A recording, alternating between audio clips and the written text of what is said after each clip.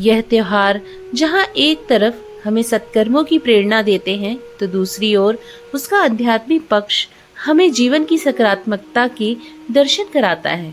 व्रत और त्योहारों की इसी परंपरा में आज गुरुवार को गोविंद द्वादशी का व्रत अनुष्ठान और उत्सव मनाया जाएगा। यह व्रत भगवान विष्णु को समर्पित है और मुख्य रूप से उनके कृष्ण स्वरूप की पूजा की जाती है।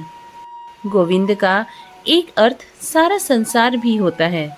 युद्ध भूमि में पितामह को अपनी शक्ति का एहसास कराते हुए श्री कृष्ण ने सूक्ष्म रूप में विराट स्वरूप के दर्शन कराए थे।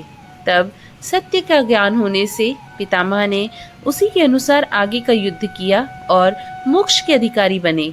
इस व्रत का प्रसंग हमें भागवत कथा के गोपिका में आता है।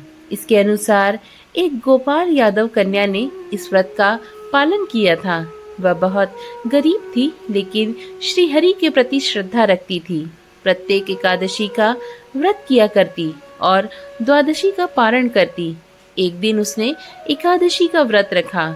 अगले दिन अपनी दही की मटकी लेकर बेचने निकली। सोचा था कि छोटी सी तो मटकी है, कुछ देर में ही दही बिक जाएगी तो फिर पारण करेगी। लेकिन उस दिन चमत्कार होना था।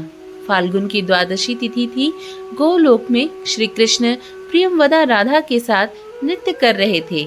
इसी दौरान एक गूलर के पेड़ को राधा रानी जोर से हिलाया तो उसका दिव्य पुष्प झरते हुए श्री कृष्ण पर गिरा और कुछ जमीन पर। हवा के प्रभाव से वही गूलर का फूल गोपिका की मटकी में जा गिरा।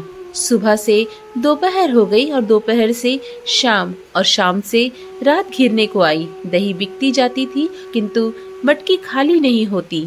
इस तरह गोपिका का द्वादशी का व्रत भी हो गया। उसने इसे प्रभु कृपा माना और हर एकादशी के साथ फाल्गुन द्वादशी का व्रत भी करने लगी। इसके प्रभाव से वह श्री कृष्ण के ही वैकुंठ धाम चली गई।